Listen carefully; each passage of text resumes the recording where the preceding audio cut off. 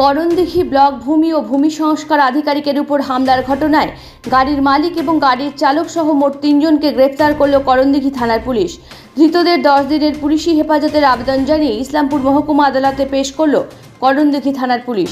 উল্লেখ্য, বুধবার করণদিঘি থানার ঝাপটোল গ্রামে বালি মাফিয়াদের হাতে আক্রান্ত হয়েছিলেন করণদিঘি ব্লক ভূমি ও ভূমি সংস্কার আধিকারিক গৌর সোরেন সহ 4 কর্মী।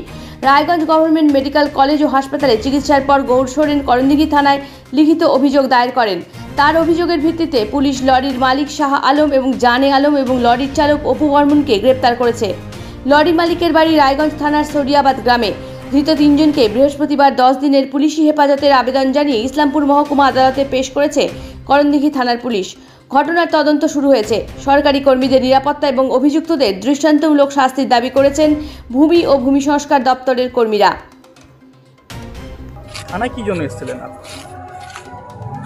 আজকে সকালবেলা আমাদের বিএলআরও সাহেব, আমিন এবং গ্রুপ ডি স্টাফ একজন, এনারা মাটির গাড়ি বালির গাড়ি রেড করার জন্য গিয়েছিলেন এবং সেখানে গিয়ে ড্রাইভার সহ 4 জনেই কিছু দুষ্কৃতীর হাতে আক্রান্ত হন।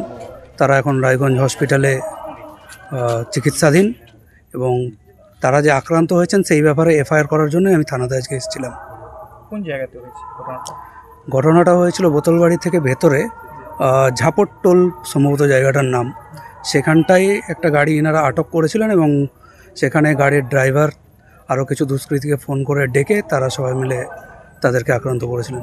কি অভিযোগ দিয়েছিল ওখানে বালি পাচার এবং বালি তোলার অভিযোগের ভিত্তিতে তাদের ওখানে সেখানে রেড প্রোগ্রাম চলছিল এবং রেড প্রোগ্রামের অংশ হিসেবে আজকে খুব সকালবেলায় ওনারা ওখানটায় গিয়েছিলেন।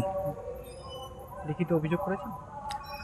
আজকে 4 জন যে আক্রান্ত হয়েছেন প্রত্যেকের ইন্ডিভিজুয়াল আমরা এখানে এফআইআরের জন্য লিখিত অভিযোগ দায়ের করলাম।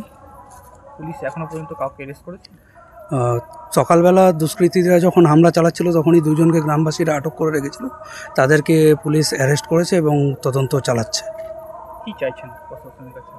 প্রশাসনের সমস্ত জায়গায় উপরের সমস্ত আধিকারিকদের জানানো হয়েছে এবং প্রত্যেকে এটা নিয়ে অবশ্যই ভাবছেন এবং যথোপযুক্ত ব্যবস্থা নেওয়া হবে বলে আশ্বাস দিয়েছেন।